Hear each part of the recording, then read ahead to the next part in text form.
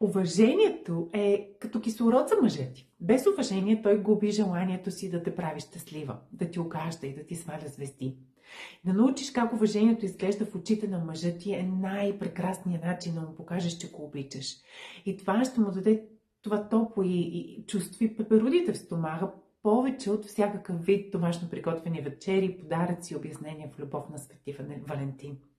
И ако си като мен, сигурно си мислиш, че се държиш уважително в по-голямата част от времето и може да се очудиш да разбереш колко различно изглежда уважението от мъжка гледна точка.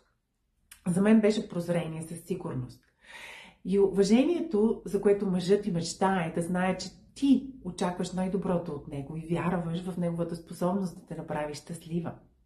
Както най-вероятно беше в началото на връзката ви, когато всичко беше прекрасно и страстно и влюбено. И може да бъде така отново, когато уважението се възстанови между вас.